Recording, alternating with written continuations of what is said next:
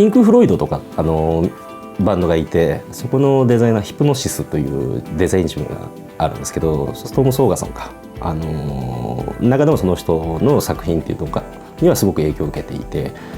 そもそもその作り方にすごく影響を受けたというのかな。とにかく何から何までちゃんと一つずつ手作りで、作っていくっていうようなやり方にはものすごく憧れましたね。例えば変な像とかも銅像みたいなのも実際飛行機の部品使ったりして作っちゃったりしてるじゃないですか。でそういうのもすごいなと思っていて、かなり忠実に忠実に作っている人だったりしたので、その方法っていうのはすごく自分でも取り入れたかったなっていうのがありますね。仕事させていただいている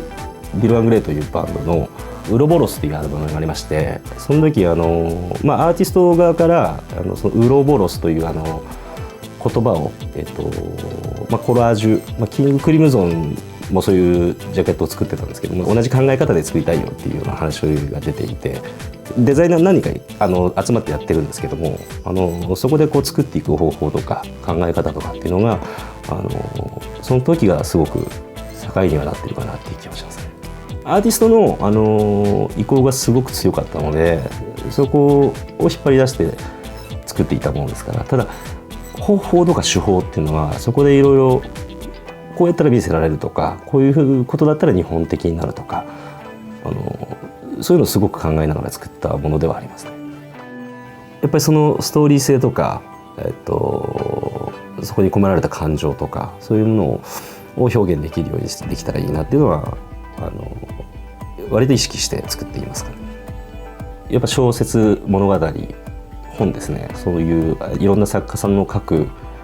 文章での世界観、書かれている情景や登場人物の言葉、ストーリーというよりもそこの中で広がる世界観というか、見たことないなみたいな、そういう世界観が結構描かれるんじゃないかなって感じがしますね。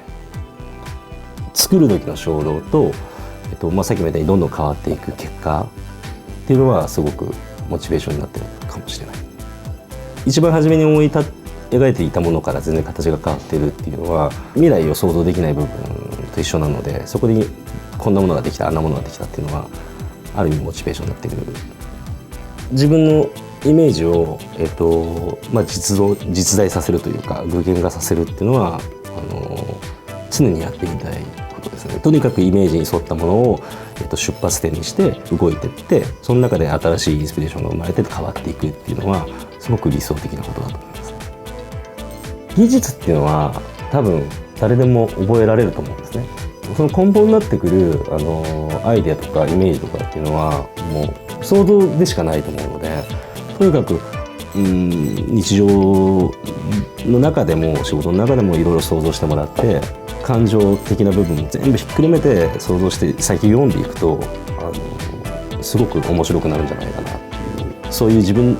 が受けた感覚っていうのは大切にすればすごく良くなるんじゃないかなって気がしますね。